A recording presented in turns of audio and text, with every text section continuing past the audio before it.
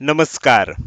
Share market Marathi या YouTube चॅनलवर आपल्या सर्वांचं हार्दिक स्वागत. आजच्या व्हिडिओमध्ये आपण सोमवार दिनांक 1 एप्रिल 2024 साठीचं इंडेक्स व स्टॉकचं विश्लेषण करणार आहोत. मात्र या व्हिडिओला सुरुवात करण्यापूर्वी आपल्या सर्वांना एक नम्र सूचना आहे, ती म्हणजे या व्हिडिओच्या डिस्क्रिप्शनमध्ये आपण शेअर मार्केट मराठीच्या व्हॉट्सअप, टेलिग्राम आणि फेसबुक ग्रुपच्या लिंक दिलेल्या आहेत. तुम्ही ते ग्रुप जॉईन करू शकता. त्याचसोबत आपण तिथे शेअर मार्केट मराठीच्या वेबसाईटची लिंक सुद्धा उपलब्ध करून दिलेली आहे. आपण आपल्या वेबसाईटला अवश्य भेट द्या. या महत्त्वाच्या सूचनेनंतर आता आपण आपल्या मूळ विषयाकडे परत येऊया आणि सोमवारी इंडेक्समध्ये कशा प्रकारे मूव्हमेंट होऊ शकते याचं विश्लेषण करायला सुरुवात करूया. मात्र या विश्लेषणाला सुरुवात करण्यापूर्वी मला आपल्या सर्वांना एक प्रश्न विचारायचा आहे. तो म्हणजे यापूर्वी आपल्या चॅनलवर प्रसिद्ध झालेला चारही इंडेक्समध्ये वीकली आणि डेली टाइम फ्रेममध्ये विश्लेषण असलेला व्हिडिओ तुम्ही बघितलाय का? जर तो व्हिडिओ तुम्ही बघितला नसेल तर कृपया आजचा व्हिडिओ बघण्यापूर्वी तो व्हिडिओ एकदा बघा आणि त्यानंतर आजचा व्हिडिओ बघा. म्हणजे हे दोन्ही व्हिडिओ बघितल्यामुळे तुम्हाला येणाऱ्या काळामध्ये मार्केटमध्ये कशा प्रकारे मूव्हमेंट होऊ शकते याविषयीची अतिशय सविस्तर अशी माहिती नक्कीच मिळू शकेल. तुम्हाला तो व्हिडिओ जर आत्ता बघायचा असेल तर उजव्या बाजूला वर कोपऱ्यात आय बटनमध्ये त्या व्हिडिओची लिंक आत्ता तुम्हाला दिसत असेल, तिथे क्लिक करून तुम्ही तो व्हिडिओ बघू शकता. काही कारणामुळे तिथे जर तुम्हाला तो व्हिडिओ उपलब्ध झाला नाही तर या व्हिडिओच्या डिस्क्रिप्शनमध्ये सुद्धा त्या व्हिडिओची लिंक उपलब्ध करून देण्यात आलेली आहे. तर मी असं अज्युम करतोय की तुम्ही तो व्हिडिओ बघितलेला आहे आणि त्यामुळे आपण आजच्या विश्लेषणाला सुरुवात करूया. त्यासाठी डायरेक्टली जाऊया चार्टवर आणि इथे मी बँक निफ्टीचा 15 मिनिटाचा चार्ट ओपन केलेला आहे. बँक निफ्टीमध्ये आपण खालच्या बाजूला ही लेवल इम्पॉर्टंट लेवल म्हणून दिलेली आहे. ही लेवल कोणती आहे? तर ही लेवल आहे 47,000 ची. वरच्या बाजूला आपण ही लेवल इम्पॉर्टंट लेवल म्हणून घेतलेली आहे. ही लेवल कोणती आहे? तर 47,175 ची.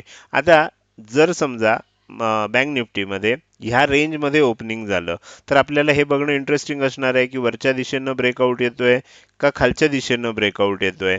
जर वरच्या दिशेनं ब्रेकआउट आला आणि 47,175 च्या वर आपल्याला बँक निफ्टी टिकत असेल तर मग वर जात असताना 47,275, 47,375 आणि 47,475 अशी आपल्याला 3 टार्गेट वरच्या दिशेनं बघायला मिळू शकतात. मात्र जर ओपनिंग नंतर खालच्या दिशेनं ब्रेकआउट येत असेल आणि 47,000 ही लेवल खालच्या दिशेनं ब्रेक होत असेल तर 46,900 हे आपल्यासाठी पहिलं टार्गेट असणार आहे आणि इथे थोडंसं सावध होण्याची गरज आहे. कारण 46,900 47,000 या आसपास सपोर्ट आहे.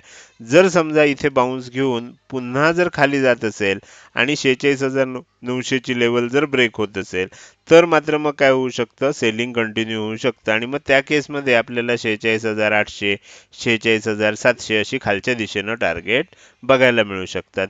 आता इथे जर समजा तुम्हाला गॅप अप ओपन झालं तर गॅप अप ओपन झाल्यानंतर सुरुवातीला काय होतं हे बघणं इंटरेस्टिंग असणार आहे. गॅप अप ओपन झाल्यानंतर सुरुवातीला सेलिंग येते का? सेलिंग आल्यानंतर इथनं बाउन्स येणार आहे. तो बाउन्स मग कुठे जाऊ शकतो आणि मग इथे कसल्या प्रकारची प्राइस ऍक्शन होते त्याच्यावर मग पुढच्या गोष्टी अवलंबून असणार आहेत. समजा गॅप अप ओपन झालं आणि गॅप अप ओपन झाल्यानंतर वरच्या दिशेनंच जायला लागलं तर काय होऊ शकतं? आपल्या लक्षात येईल मार्केट जेव्हा क्लोज झालं तेव्हा शेवटच्या अर्ध्या पाऊण तासामध्ये खूप मोठं सेलिंग आलं होतं. तर ज्यांनी ह्या पोझिशन्स शॉर्टच्या बनवून ठेवल्या असतील, जर गॅप अप ओपन होऊन वर टिकायला लागलं तर त्यांना शॉर्ट कव्हरिंग करणं आवश्यक पडेल. तर हे झालं फ्लॅट ओपन झाल्यानंतर दोन्ही बाजूला गेल्यावर काय होऊ शकतं? गॅप अप ओपन झाल्यानंतर काय होऊ शकतं? जर गॅप डाऊन ओपनिंग झालं तर एक गोष्ट लक्षात ठेवा, 47,000 च्या खाली जर ओपन झालं तर आपल्याला ओपनिंग नंतर एक बाउन्स येऊ शकतो आणि तो कुठपर्यंत येऊ शकतो? 47,100 पर्यंत येऊ शकतो आणि त्याच्यानंतर जर आपल्याला पुन्हा एकदा मार्केटमध्ये सेलिंग बघायला मिळालं तर मात्र काय होईल? मग आणखीन सेलिंग कंटिन्यू होताना बघायला मिळू शकतं. 47,000 च्या खाली 46,900, 46,800 आणि 46,700 अशी 3 टार्गेट सुद्धा आपल्याला मग सहजगत्या बघायला मिळू शकतात. हे झालं बँक निफ्टीचं अनालिसिस. आता आपण बघणार आहोत उद्या ज्या इंडेक्समध्ये वीकली ऑप्शन एक्सपायरी असणार आहे त्या इंडेक्सचा आपण आता विश्लेषण करायला सुरुवात करूया. त्या इंडेक्सचं नाव आहे Nifty mid cap select. Nifty mid cap select या इंडेक्समध्ये आपण इम्पॉर्टंट लेवल आणि टार्गेट लेवल काढलेले आहेत. मी तुम्हाला थोडंसं झूम लेवल ॲडजस्ट करून या दाखवण्याचा प्रयत्न करतोय. तर इथे जर तुम्ही बघितलं तर तुम्हाला लक्षात येईल की वरच्या बाजूला आपण हा जो डे हाय होता हीच इम्पॉर्टंट लेवल म्हणून घेतलेली आहे. ही लेवल आहे 10,500 70ची. खालच्या बाजूला आपण इम्पॉर्टंट लेवल म्हणून ही लेवल घेतलेली आहे. ही लेवल कोणती आहे? 10,512ची. या दोघांमध्ये आपल्याला माहिती आहे 100 पेक्षा सॉरी 50 पेक्षा जास्तचं अंतर असल्यामुळे आपण काय केलं, एक सेंटर लाईन सुद्धा काढलेली आहे 20,541च्या आसपास. आता आपल्याला ही गोष्ट लक्षात ठेवायची आहे, जर ह्या खालच्या भागामध्ये ओपनिंग झालं बरोबर आणि इथे खाली ओपन होऊन जर आपल्याला ही 10,512ची लेवल पुन्हा ब्रेक होऊन आपण खाली जात असू, तर मग खाली जात असताना आपल्याला 10,487, 10,462 आणि 10,437 अशा 3 लेवल बघायला मिळू शकतात. हे झालं जर फ्लॅट ओपनिंग होऊन खालच्या बाजूला येत असेल. फ्लॅट ओपन होऊन जर वरच्या दिशेनं जात असेल तर थोडा वेळ साईडवेज होऊ शकतं आणि मग ज्या दिशेनं ब्रेकआउट येईल त्या दिशेनं मग मुवमेंट होऊ शकते. तर ही गोष्ट आपल्याला लक्षात ठेवायची. वरच्या बाजूला ही लेवल इम्पॉर्टंट लेवल आहे 10,570ची. त्यामुळे इथून जर वर जात असेल आणि वर टिकत असेल तर मग 10,595, 10,620 आणि 10,645 अशी 3 target Nifty mid cap select या इंडेक्समध्ये आपल्याला बघायला मिळू शकतात. आता आपण पुढे जाऊया आणि आपले उरलेले जे 2 इंडेक्स आहेत या इंडेक्सचं मी तुम्हाला फक्त चार्ट दाखवतोय. या चार्टवर आपण काय करू शकतो, नेहमीच्या सवयीनुसार याचं सुद्धा विश्लेषण करू शकतो. याच्यामध्ये मी इम्पॉर्टंट लेवल, टार्गेट लेवल सर्व दाखवलेलं आहे. अगदी सेंटर लेवल सुद्धा इथे दाखवलेली आहे. तर या पद्धतीनं तुम्ही इथे चेक करू शकता. थोडंसं आपण ॲडजस्ट करून घेऊ म्हणजे आपल्याला तिसरी सुद्धा लेवल व्यवस्थित दिसू शकेल. ओके. तर इथे जर तुम्ही बघितलं तर निफ्टीचा चार्ट तुम्हाला दिसतोय, ज्याच्यामध्ये आपण वरच्या बाजूची, खालच्या बाजूची इम्पॉर्टंट लेवल, सेंटर लाईन, वरची 3 टार्गेट, खालची 3 टार्गेट सगळं दाखवलेलं आहे. तुम्हाला पाहिजे असेल तर तुम्ही ह्याचा सुद्धा स्क्रीनशॉट काढून ठेवू शकता. त्यानंतर आता आपण पुढे जाऊया. फिन निफ्टी या इंडेक्समध्ये आपल्याला त्याचा सुद्धा स्क्रीनशॉट पाहिजे असेल तर तुम्ही इथे घेऊ शकता. मी त्याच्यासाठी तुम्हाला थोडंसं झूम लेवल ॲडजस्ट करून हा स्टॉक दाखवण्याचा प्रयत्न करतोय. ओके. थोडं झूम लेवल अजून ॲडजस्ट केलं की आपल्याला हा स्टॉक क्लिअर कट दिसू शकतोय. त्याच्यामध्ये सुद्धा 2 लेवल आणि त्याच्यानंतर वरच्या बाजूची 3 टार्गेट, खालच्या बाजूची 3 टार्गेट आपण दिलेली आहेत. हे झालं इंडेक्सचं ॲनालिसिस. आता आपण थोडंसं पुढे जाऊया आणि काही स्टॉकचं ॲनालिसिस करायला सुरुवात करूया. त्यासाठी मी तुम्हाला पुन्हा एकदा चार्टवर घेऊन येतोय. सगळ्यात पहिल्यांदा आपल्याला काय करायचं आहे, तर चार्टवर जाऊन डेली टाईम फ्रेम सिलेक्ट करायची आहे. डेली टाईम फ्रेम जेव्हा आपण सिलेक्ट करतो त्यानंतर मी तुमच्यासाठी जे काही स्टॉक काढलेले आहेत ते सर्व स्टॉक आपण काय करूया, एकत्र करून दाखवायला सुरुवात करूया. तर सगळ्यात पहिल्यांदा आपल्याला जो स्टॉक बघायचा आहे त्या स्टॉकचं नाव आहे टोरंट पॉवर. टोरंट पॉवर ह्या स्टॉकमध्ये आपल्याला एक विशिष्ट पॅटर्न दिसतोय आणि त्या पॅटर्नचा आपल्याला विचार करायचा आहे. तर इथे जर तुम्ही बघितलं तर काय झालं होतं, आपल्याला खूप मोठी एक ब्रेकआउट मिळालेलं होतं आणि ब्रेकआउट मिळाल्यानंतर आपल्याला एक तेजी झालेली होती. मी सांगत होतो मागचे अनेक दिवस या रेंजमध्ये अडकून पडलेलं आहे. जर समजा इथून ब्रेकआउट झालं तर कमीत कमी काय होणार, हे जेवढं अंतर आहे तेवढंच अंतर आपल्याला वरच्या दिशेनं बघायला मिळू शकतं.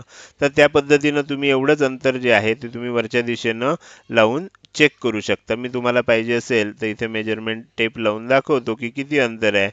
इथपासून आपण खालपर्यंत जर गेलो इथपर्यंत तर आपल्या लक्षात येईल की हे जे अंतर आहे हे अंतर आहे साधारणपणे 164.50.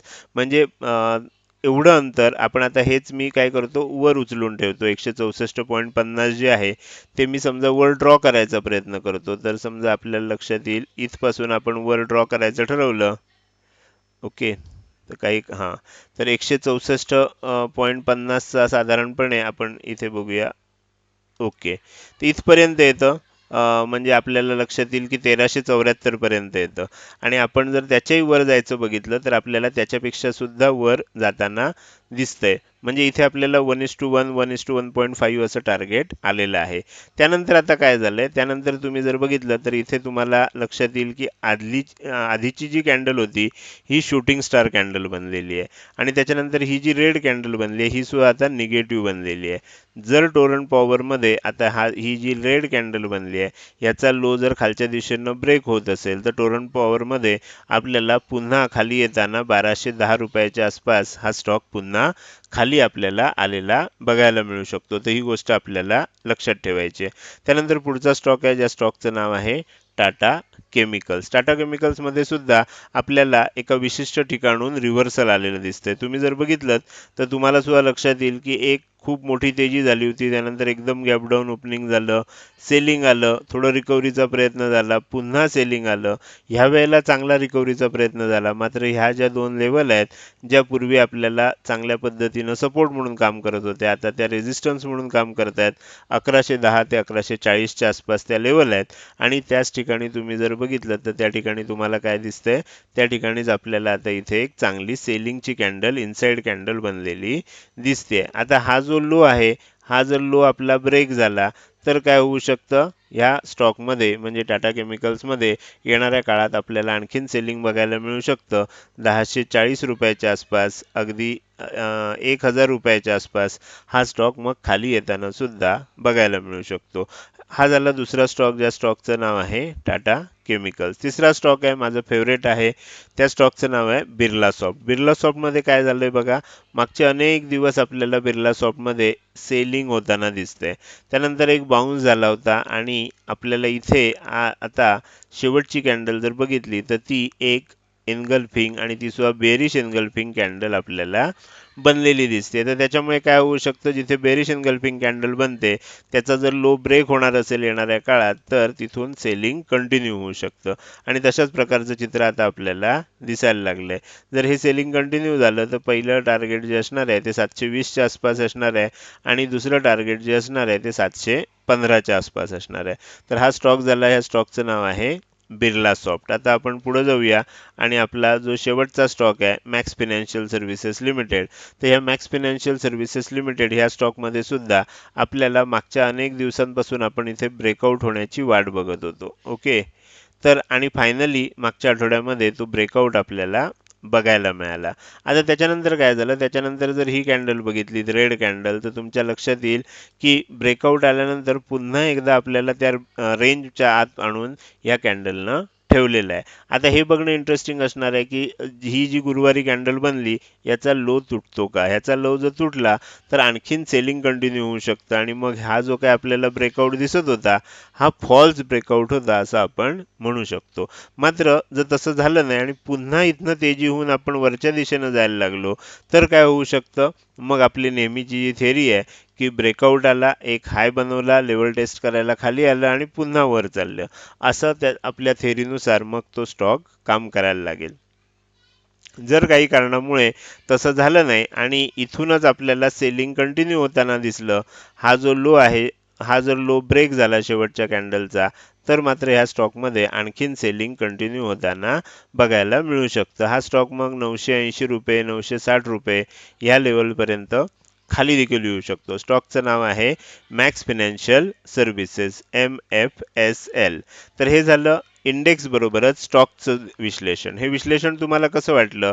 जर हे विश्लेषण तुम्हाला आवडलं असेल तर नक्कीच तुम्ही या व्हिडिओला एक लाईक करू शकता आणि कसं वाटलं हे कमेंट सेक्शनमध्ये टाईप करून सांगायला अजिबात विसरू नका. लक्षात ठेवा, तुमची एक लाईक आणि एक चांगली कमेंट हीच माझ्यासाठी प्रेरणा असते, ज्याच्या सहाय्यानं रोजच्या रोज हे विश्लेषणाचे व्हिडिओ मी बनवत असतो. त्यामुळे लाईक करायला आणि चांगल्या चांगल्या कमेंट करायला अजिबात विसरू नका. त्याचसोबत हा व्हिडिओ तुम्ही अजूनपर्यंत बघताय आणि अजूनही जर तुम्ही शेअर मार्केट मराठी आपल्या यूट्यूब चॅनलला सबस्क्राईब केलं नसेल तर कृपया सबस्क्राईब करा आणि शेजारी असणाऱ्या बेल आयकॉनला क्लिक करून ऑल असं नोटिफिकेशन निवडा.